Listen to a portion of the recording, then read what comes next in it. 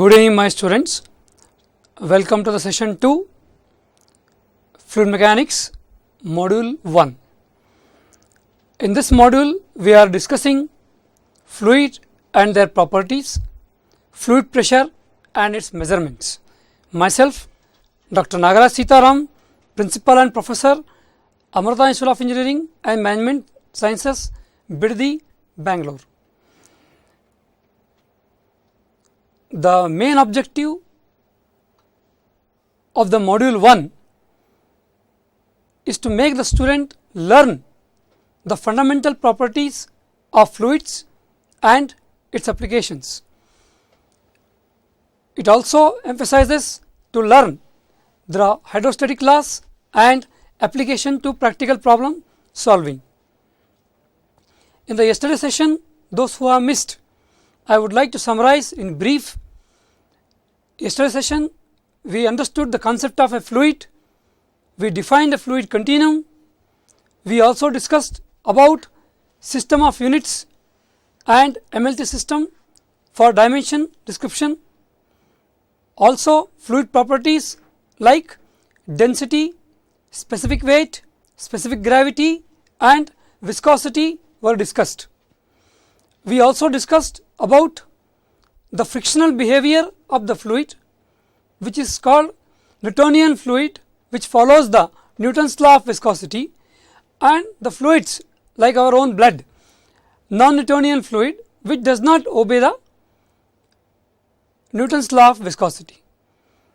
I also described about inviscid flow. I said to my dear students that an ideal fluid is one which has got zero viscosity. We say inviscid flow. Definitely all the real fluids, including the water, including air, glycerine, petrol, mercury, whatever you say, they are all real fluids. They exhibit resistance. Because of the resistance, viscosity exists. That viscosity is followed either by Newton's law of viscosity or it is a non-Newtonian fluid, as I described. We also discussed about the surface tension. Now, in the module 1 or yesterday's session, we have described about mass density. We say it is the density mass per unit volume. I repeat, mass density we have described for a fluid, mass per unit volume. Opposite of this, it means 1 by rho f, that is called specific volume. That is called specific volume. Specific volume is defined as 1 by rho f. The unit will be meter cube per kg. At the same time, we have described one more characteristics of the fluid. It may be a gas, it may be a liquid. The specific weight, it is called weight per unit volume. I repeat, specific weight is weight per unit volume. The relationship between specific weight and density, it is multiplied by g. The value of g is acceleration due to gravity. The value is 9.81. It means if density is 1000, g is 9.81, the specific weight of water will be 9810 Newton per meter cube. We also described a very important classification which is basically a number. It is not actually, it is a ratio of two densities. What exactly it says? The specific gravity is defined as the ratio of the fluid to the ratio of a standard liquid. For example, I can take density of oil as 800 and density of water at standard temperature is 1000. So, it becomes 800 by 1000. So, my dear friends, you have your calculator, you can calculate, the value is 0.8. It means oil is lighter than the water. Suppose you take a heavier liquid which is heavier than water, example carbon tetrachloride 1.65, mercury 13.65, like that. Kinematic viscosity is another one, but before that I will tell you the Newton's law of viscosity. We come to the last one here. Newton's law of viscosity is nothing but the shear stress proportional to shear strain. Repeat, shear stress proportional to shear strain. It is multiplied by a constant which is called dynamic viscosity. This mu is dynamic viscosity. Shear stress is the shear force by area. As I described earlier also, the shear force is applied tangentially on any body and the area is taken this one. Okay? When the normal force you apply, it is this way and this is the normal area. Is it okay? So, shear force we are applying on the liquids, on the gases to move it, to deform it. The Newton's law of viscosity, which is given here, tau is equal to mu into shear strain, change in velocity divided by change in depth. That value is coming as du by dy, or we say it is a velocity gradient. At the same time, when you have the dynamic viscosity mu, you can correlate this with another term called kinematic viscosity, as the pointer shows. Kinematic viscosity, a symbol is nu. Nu is defined as dynamic viscosity divided by density of the fluid. Repeat, nu kinematic viscosity is defined as the ratio of dynamic viscosity divided by density of the fluid. This makes the dimension as meter square per second. If you take in CGS, it is called strokes. If you take centistroke, it is 1/100th of a stroke. Similarly, the CGS unit of dynamic viscosity is poise and 1/100th of that value is centipoise. At the same time, you can see I have given small formula here, u is equal to pi dn by 60. You may have seen many vehicles are moving with some RPM. RPM you are getting on the bikes also and in the car also. That pi dn, it means the tangential velocity and the circular RPM are connected by the formula u is equal to pi into diameter of the wheel into the RPM, whatever RPM, 100 RPM. For example, if I take pump, it is 1400 RPM. If I take a turbine, it is 150 RPM. If I take our own vehicles, it is 2000 RPM. So, definitely the tangential velocity will be very high for the bikes and all, pi dn by 60, and the torque exerted is equal to the force into the radius. So, these are the things we have summarized, and today all my new friends, all as the friends who have attended my class yesterday, we will start today's class with a new concept of called cohesion and adhesion. Okay, before I tell the slides point, I would like to show a small experiment. You can see here my hand is having a as usual yesterday also I shown you a glass containing water. If I dip my hand, you can see I have dipped, you can see some droplets are coming, you can see my hand is wet, right. If I am dipping my hand in the liquid, my hand is getting wet. What exactly it says? It says that the water molecules are having more adhesive forces compared to cohesive forces. What is a cohesive force? The force existing between their molecules, that is called cohesion. The force existing between water molecules, that is called cohesive or cohesion. The force between one molecule to other molecule, as I given the example, this water is having more adhesive property, that is the reason it is sticking to my hand. Suppose you take instead of water mercury, repeat, suppose you take mercury in place of water and again you dip, you will find that not even a single particle of mercury is sticking to my finger. If I dip the finger in mercury, a liquid mercury, and I lift my hand, it will be not at all wet. Not even single particle of mercury is sticking to my hand. What does it mean? It means that mercury is having more cohesive forces compared to adhesion. Now let us come back to the slide. In the slide I have mentioned, you can see the pointer cohesion and adhesion, and my dear students, now we are very clear, the cohesive force is the force existing between like molecules, between water to water, mercury to mercury, kerosene to kerosene, petrol to petrol, or oil to oil, whatever, right. You take coconut oil and put in your hair, no. So, it is basically the adhesive nature. Now, one thing is very clear, cohesive force exists between the same molecules. Now let us talk about the opposite of it. What is the opposite of it? It is a adhesive force. Let us read it. Adhesive force is the force existing between unlike molecules like my hand and water, like air and this wall. So definitely it is adhesive force which is also equally important, and the cohesive force which is equally important. Let us come. Definitely we understood that there is a fight between these two forces, cohesive force and adhesive force. Let us see who wins in what situation. Okay, I am telling now, you understood cohesive between the same molecule, adhesive to other molecule, molecule to other molecule. Now let us read this last line. When the force of adhesion is greater, when the force of adhesion is greater, what exactly it means? In the water case, the liquid molecule or the water molecule are more attached to the glass. You can see with the pointer, with the red pointer I have shown here, the meniscus is like this. You might have done so many experiments in chemistry lab, correct? You might have seen in the capillary tube the meniscus will be like this for water, correct, as shown in this color or in the pointer. It means it is having adhesive nature here and adhesive nature here, and the ring is there. So definitely we can say that it is going to wet the capillary like it has wet my finger just now you saw.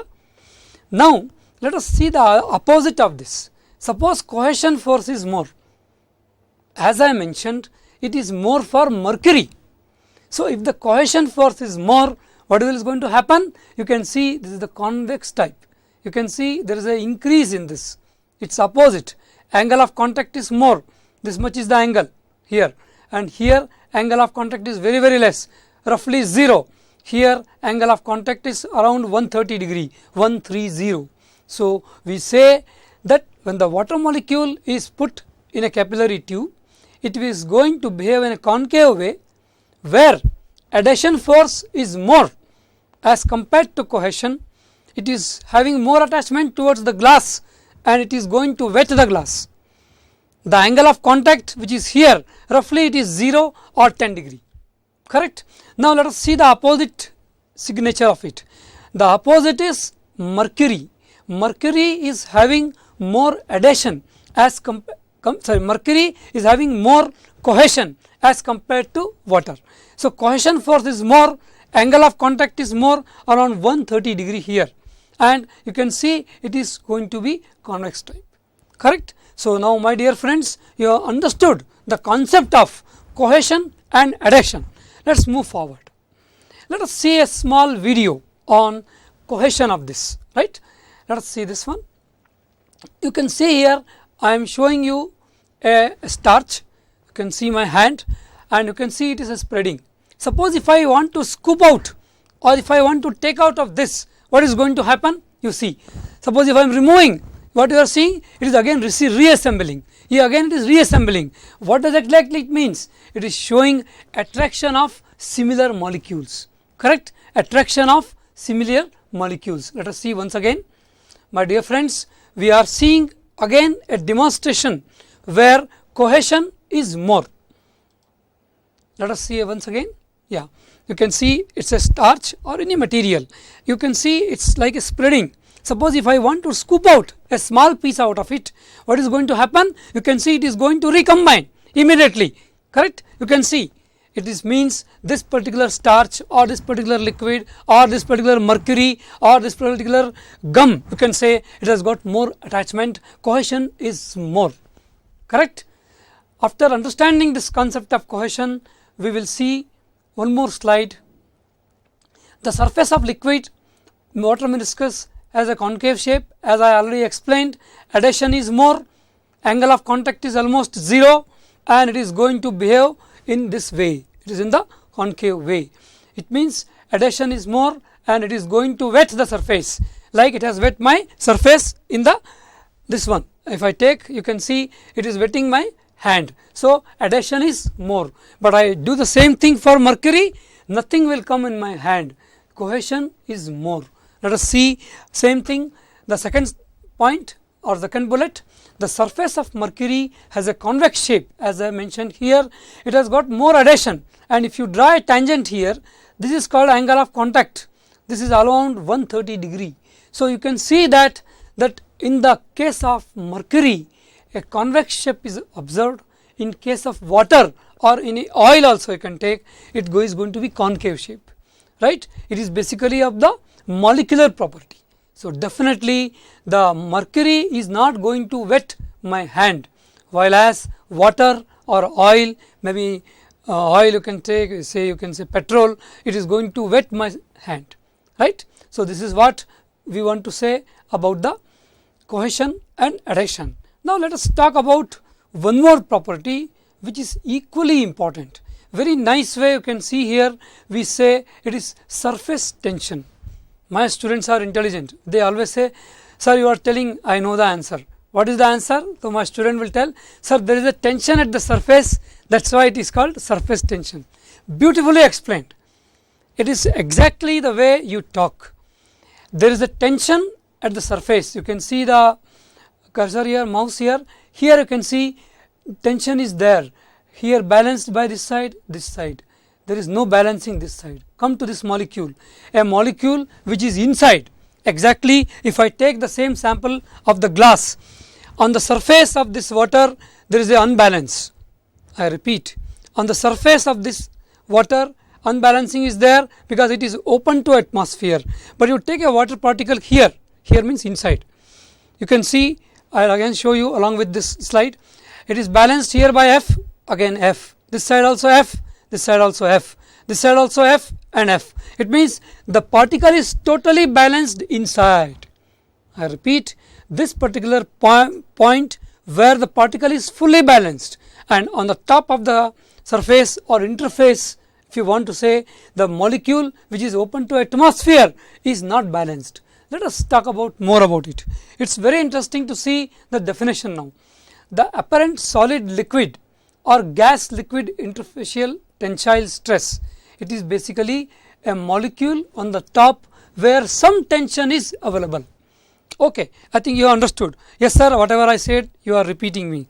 Why? What I am telling? I am saying you that there is a tension at the interface of the molecule and the interface of the liquid. Correct? Now the liquid surface act as an interface appears to be acts as a stretched elastic membrane. I will give example of this also. The liquid surface at an interface, example like this, you can see in the mouse, it is behaving like a stretched membrane. It means the water which you are seeing in this glass, on the top it has got a tension as compared to inner side. The water which is available on the top of the surface with the air has got some tension on the surface. Definitely, it is called surface tension. That is the reason it is designated as force per unit length. That is the reason it is called force per unit length. What exactly it is? It is force is Newton and per meter. Normally, whenever describe shear force area, so is the stress, normal stress and area, again it is a normal pressure.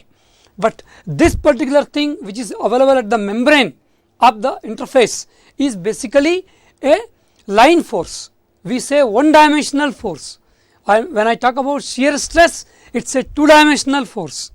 When I talk about shear force, it is a force, and when I talk normal pressure, it is again a two dimensional force. So surface tension is a one dimensional force, one dimensional available at the surface. It is measured, unit is Newton per meter. Okay. Now you have understood very clearly that there is a tension at the surface. Then you may be asking, sir, why you are telling this? Why it is useful for our fluid engineering or fluid mechanics? I will explain. Before that, let us see this also. Effect of temperature on surface tension, which is represented by sigma.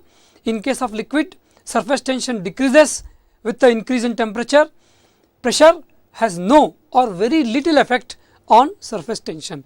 Exactly, I am trying to tell that surface tension decreases with the increase in temperature, or vice versa. Surface tension increases with the decrease in temperature. Pressure has got no effect or very little effect on surface tension. So, one thing is very clear, that surface tension is a line force. It is measured force per unit length, or we can say Newton per meter is the unit for this, and symbol is sigma. Now, let us see surface tension in a water droplet. Suppose if I take the pressure inside a droplet of a liquid, you may be thinking, what is the droplet? I will show you. You can see here a droplet is falling from my hand. Can you see that? It is full of water, right? It is a spherical shape, exactly. Can you see that? It is falling. Yes, you can see, no?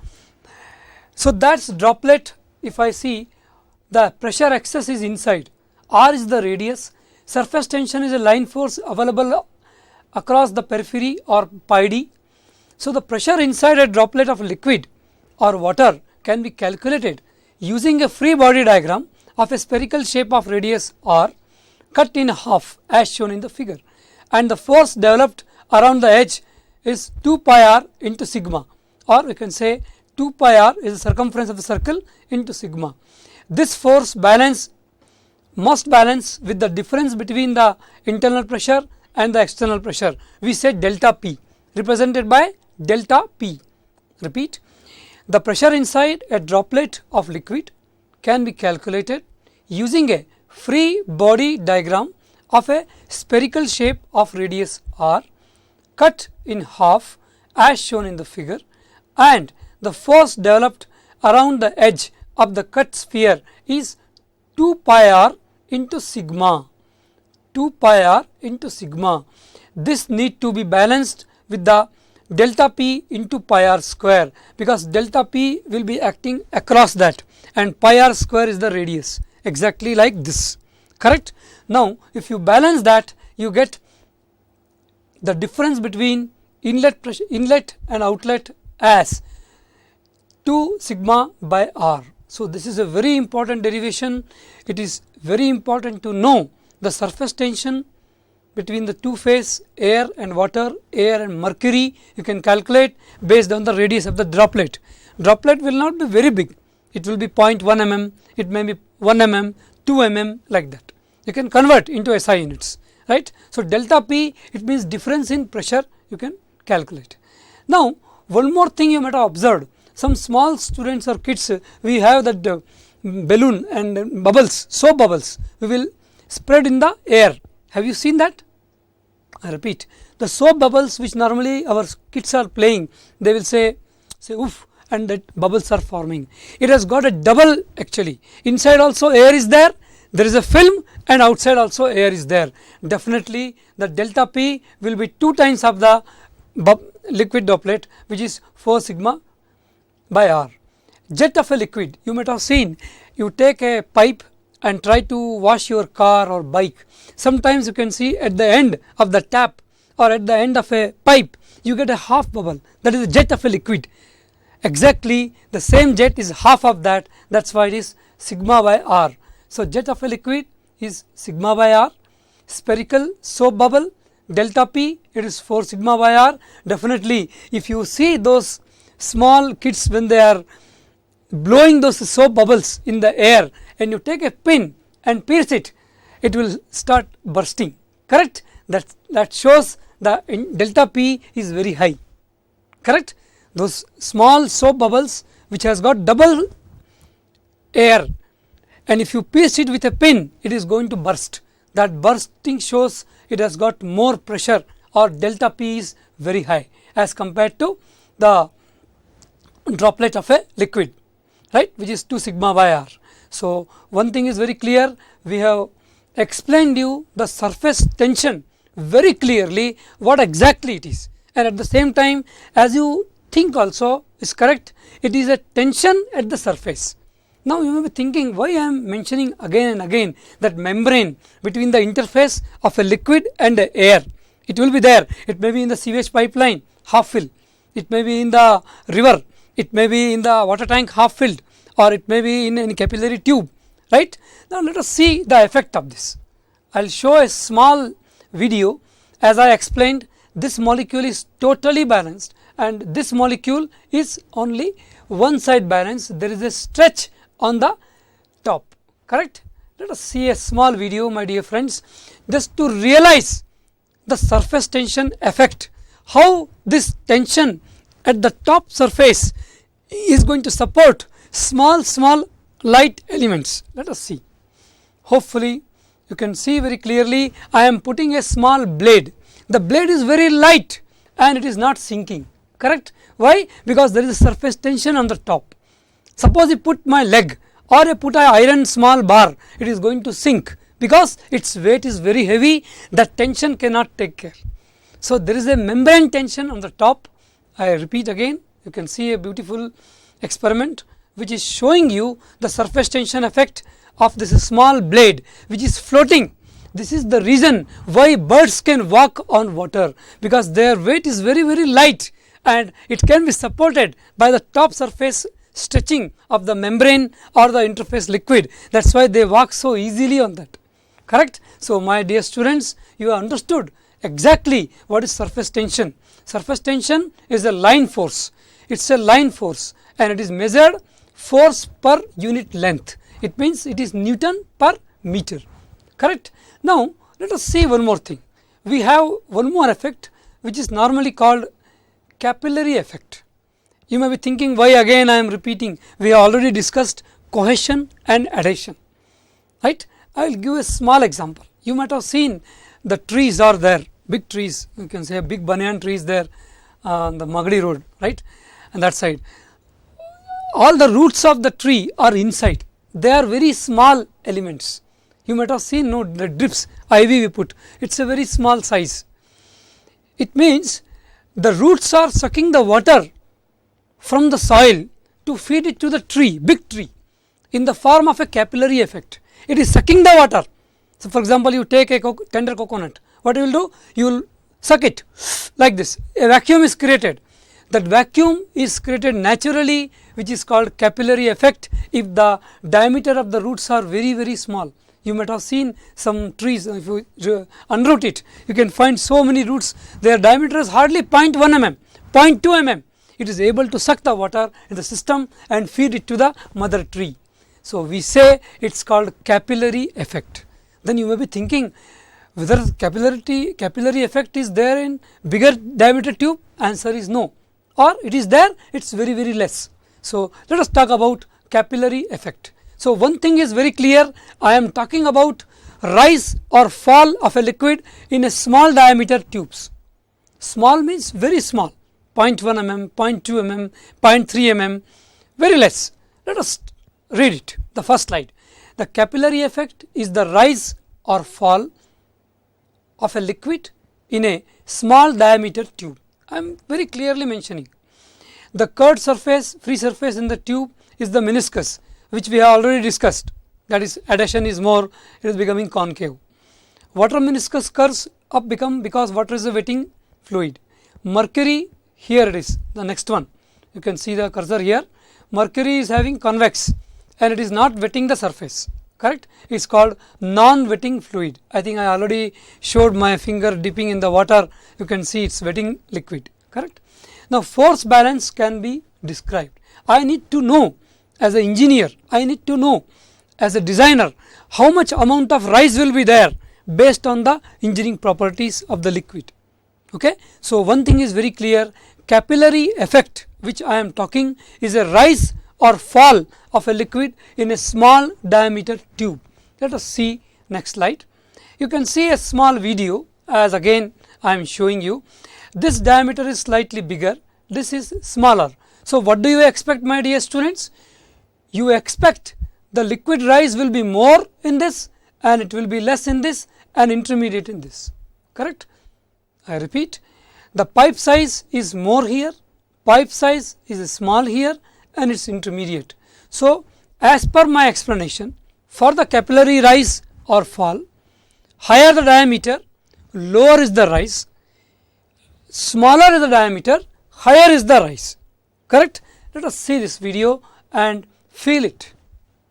You can see I am pouring some water in the 4 different tubes. You can see, can you see it very clearly? It is going up It means it is a small diameter tube.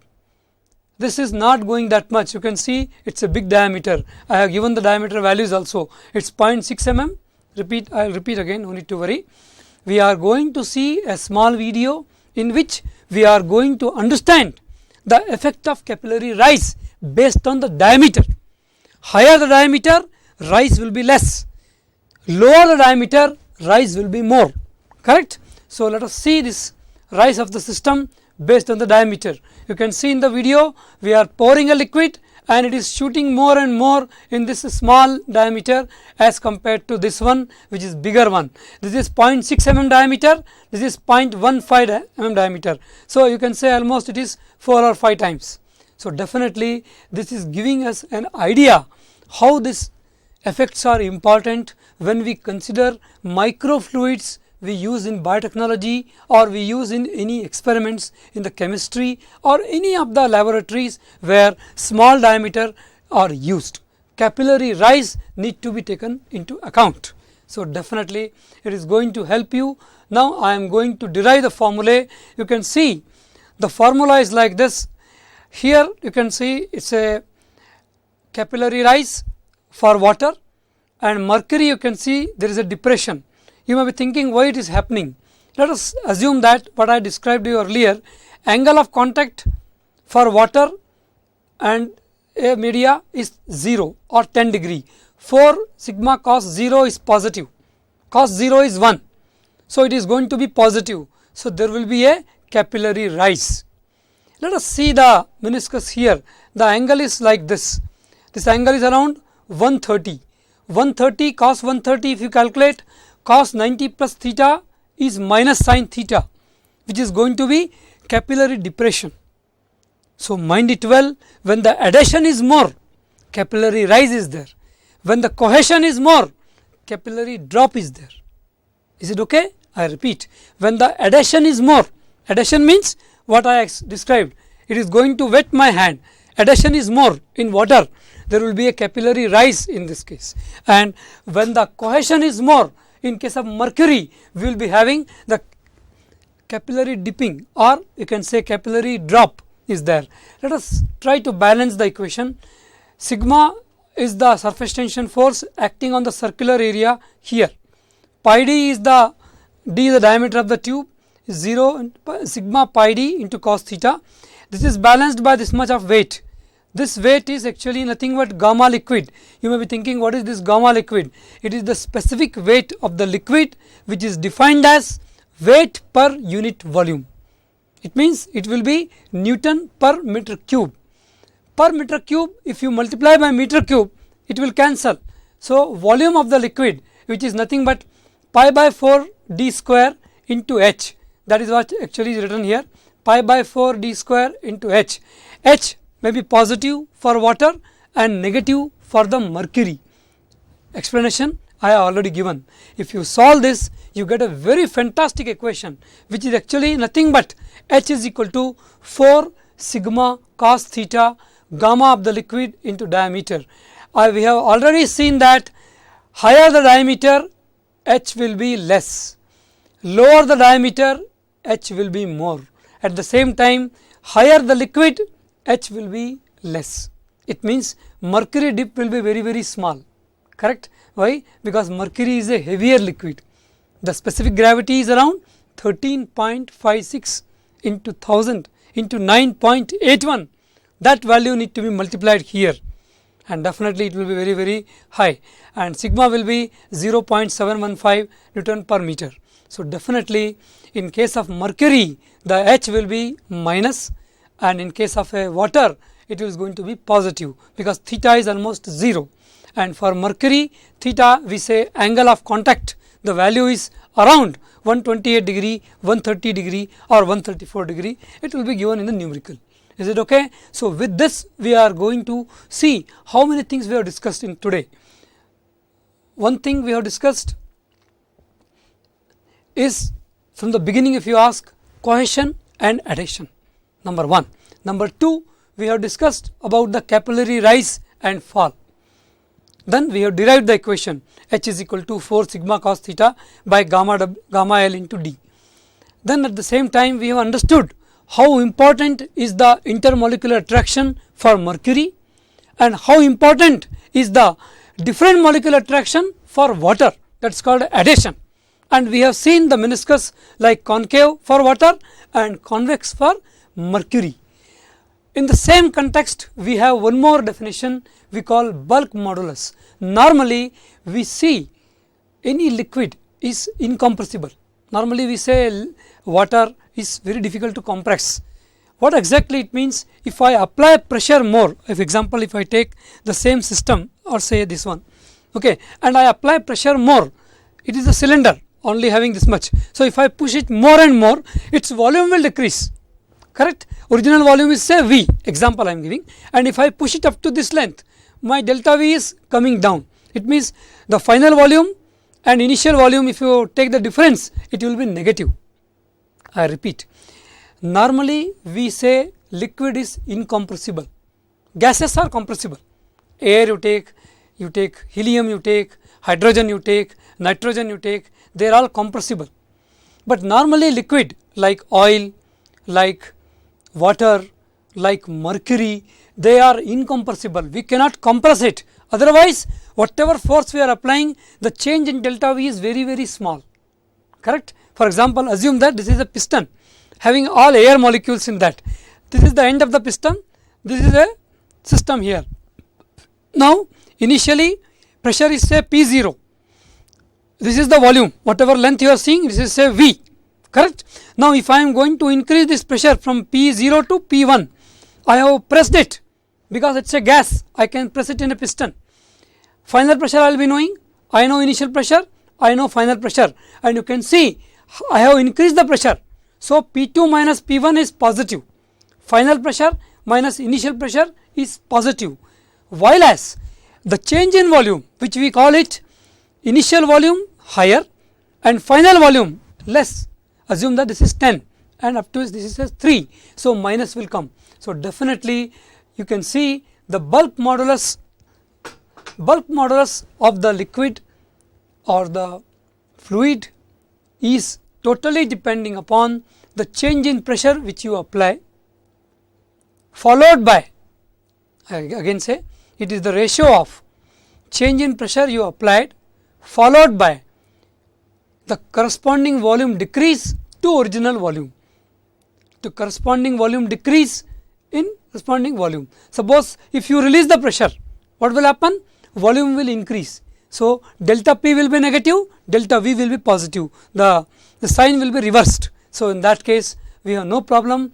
We need to calculate the bulk modulus of the liquid based on the change in pressure divided by minus delta V by V. Normally this is given in percentage. So we can directly put that value 3%, if I say 3 by 100, and this value will be given.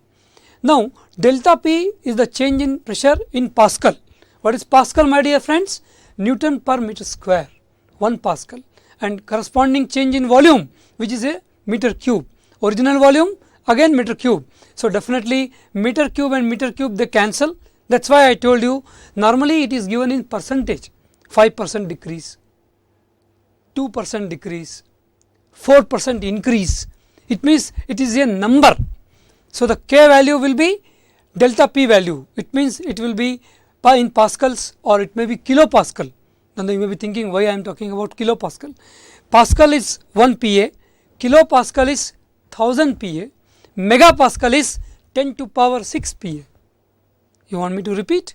I repeat, Pascal is 1 kPa is 1000 Pascal, 1 megapascal is 10 to power 6 and 1 GPa is 10 to power 9, right. So like that we see.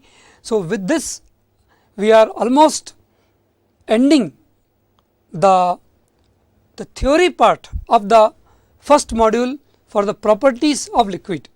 I would like to summarize it from the beginning. First of all, we understood the concept of fluid. It means whatever flows is a fluid. The fluid can be a gas or it can be a liquid. That is one thing. Next I talked about fluid continuum. What I want to say, the continuity of molecules are available It means there is no discontinuity or there is no gap in molecule. Say one molecule is here, one molecule is here. That kind of gap is not there at all. So, the continuum concept is applied to the fluid continuum. System of units we have described very nicely, starting from the CGS, starting from the FPS. You remember I gave the example of tire pressure as PSI, pound per square inch, and at the same time the basic dimension we have discussed: mass in kg, length in meter, time in seconds. Apart from this, temperature is there, we have luminous intensity and other things are also there. The fluid properties which are very important to describe or distinguish between the two fluid, it can be a gas or it can be a liquid, are: number 1, you can see the cursor, first is the density, next is the specific weight, that is nothing but weight per unit volume, density is nothing but mass per unit volume. Then we have gone to the specific gravity. It is a beautiful number which is the ratio of two densities. Two density with a, we compare and say specific gravity 1.5 means it is heavier than water. We always compare with water. At the same time, we have discussed about the viscosity. I told you very clearly, a ideal fluid is a fluid which has got a zero viscosity. I repeat, it is called inviscid flow, or we say ideal fluid when the viscosity or the friction to flow is 0. That is called ideal fluid, and all the fluids in the world are real. We can say that to some extent water and air can be considered near ideal, not ideal, near ideal. Is it okay? Let us come to the one more point. We have described a beautiful law which is called Newton's law of viscosity. The formula is tau is equal to mu into du by dy. It says that shear stress of the liquid is proportional to the shear strain. In between, mu is actually the dynamic viscosity which is measured in CGS system as poise. Centipoise is 1 by 100th of a poise. At the same time, we have discussed about cohesion and adhesion today. Today we have discussed about the cohesion. It means the molecular attraction within the liquid.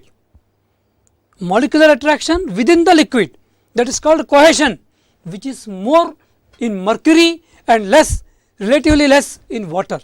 And we have talked about adhesion, that is the attraction of one molecule to another molecule.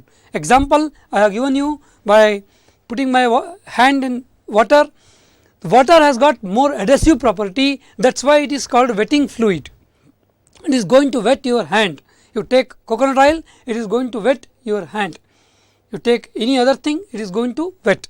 It means it has got more adhesive property. So, adhesion, and if you put in a capillary tube, the system will be like concave, and if you put mercury, it will be like convex, like my hand I showed you. Apart from that, we saw beautiful videos on which I have shown you how the surface tension is important. It is the tension at the surface. It is tension at the surface which exists, because of which I showed you a blade was supported, because of which birds can walk on water. And then we discussed about a beautiful thing about the capillary rise and fall. What is capillary rise? It is the rise of the liquid in a small tube. In a small tube, mind my language, small tube. It could be a very small 0.1, 0.2, maybe a capillary tube. Bigger the diameter, we saw in the video, the rise was very, very less. So, in case of water, we see capillary rise, because angle of contact theta is almost 0. The formula was H is equal to 4 sigma cos theta divided by gamma L into D. For mercury, you have seen there is a depression, because angle of contact is more. In that case, we found that 4 sigma cos theta divided by gamma L into D is negative. It is a capillary drop. And at the same time, we have discussed about a very beautiful phenomenon called bulk modulus. Bulk modulus K is nothing but the ratio of change in pressure divided by volumetric ratio.